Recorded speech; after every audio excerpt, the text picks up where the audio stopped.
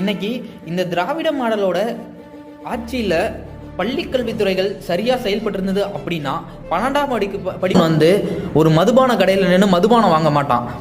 ஒரு 10ஆம் படிக்கிற மாணவன் வந்து கஞ்சா கூலிப்பு இதை போட மாட்டான். ஒரு பெண் தோழிகள் வந்து இப்போ சமூக வலைத்தளங்களில் பார்த்தீங்கன்னா ஒரு பெண் தோழிகள் எல்லாரும் உட்காந்து மதுபானம் இருந்த மாதிரி ஒரு காட்சி இருந்துச்சு. இன்னைக்கு பள்ளி கல்வித்துறைகள் சரியாக செயல்பட்டுருக்கு அப்படின்னா இதெல்லாம் ஏன் நடக்குது? பள்ளி கல்வித்துறைகள் சரி இல்லை, அதுதான் உண்மை. அப்பட்டமான ஒரு உண்மை இதுதான். தமிழ்நாட்டை எதை நோக்கி நகர்த்துறாங்க அப்படின்றத பாருங்க. ஒரு குரு சொல்லி கொடுக்குறாங்க அப்படின்னா அதில் என்ன நல்லது இருக்குது, என்ன தீமை இருக்குன்றத முதல்ல மாணவர்கள் ஆராய்ச்சி பண்ணணும். இன்றைக்கும் பல கல்லூரிகளில் தவறுகள் நடக்குது. ஆனால் அந்த தவறுகள் வந்து வெளியே தெரியாமல் இருக்குது. தெரியாமல் அந்த கல்லூரி நிர்வாகங்கள் பார்த்துக்குது. அதுதான் இன்னைக்கு தமிழ்நாட்டில் நடக்கிற ஒரு உண்மையான ஒரு தகவல். இது மாதிரி இன்னும் எத்தனையோ பள்ளிக்கூடங்கள் இருக்குது. ஆனால் அந்த பள்ளிக்கூடங்களை சீரமைக்க காசு இல்லை. தெருக்கு தெரு ஒரு மதுபான கடையை திறக்க எங்கேருந்து காசு வருது?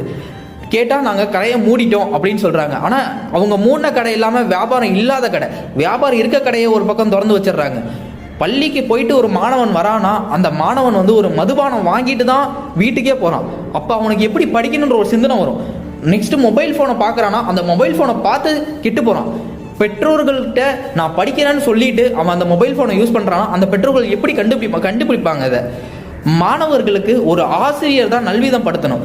ஒரு பள்ளிக்கூடங்கள்லையும் ஒரு நல்லாசிரியர்கள் இருக்காங்க. ஆனால் அந்த நல்லாசிரியர்களும் வழிநடத்துற நினைக்கிற மாதிரி இந்த பள்ளி கல்வித்துறைகள் வந்து அவங்களுக்கு சப்போர்ட் பண்ணலை. அதுதான் நிரந்தரமான உண்மை.